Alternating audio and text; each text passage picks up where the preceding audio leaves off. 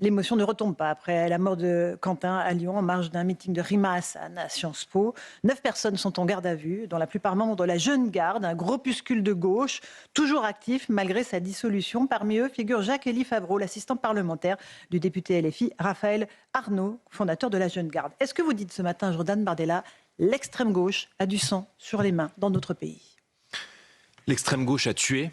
Et avant de rentrer évidemment dans ce qui est le fond d'une affaire extrêmement grave et un point de bascule dans notre pays, je voudrais évidemment avoir une pensée pour Quentin, pour ses amis, pour ses proches, pour sa famille.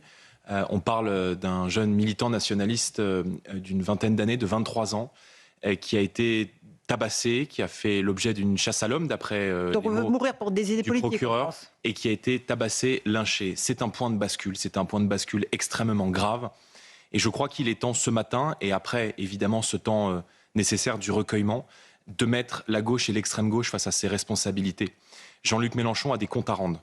Monsieur Mélenchon, depuis maintenant plusieurs années, avec son mouvement politique, la France Insoumise, est devenue la couveuse idéologique de mouvements ultra-violents comme celui de la Jeune Garde, qui fait les frais d'une impunité de la part de l'État et des dirigeants politiques, notamment à gauche et à l'extrême gauche, depuis trop longtemps.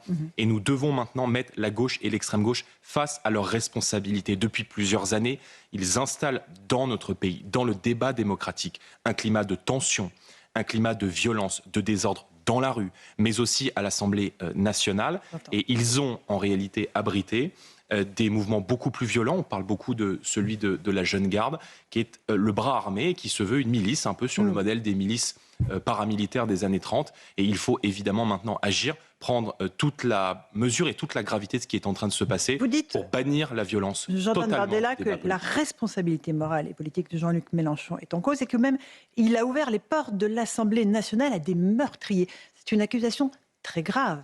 Quelles conséquences ? D'abord, il y a des responsabilités individuelles.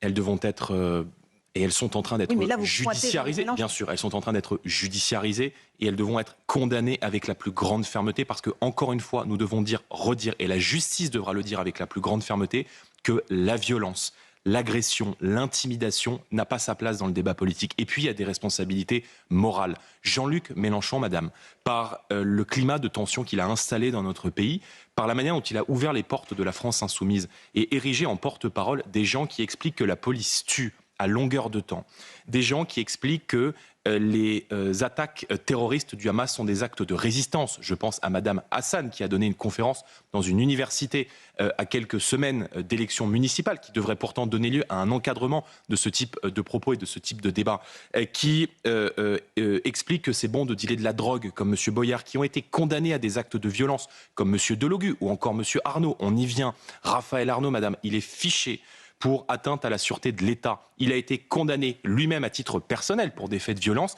et son mouvement politique, la Jeune Garde, a été dissous après notamment des actes de violence et notamment, je crois qu'il n'a pas sa place à l'Assemblée nationale. Il doit démissionner. Et à titre personnel, je considère qu'il ne l'a jamais eu.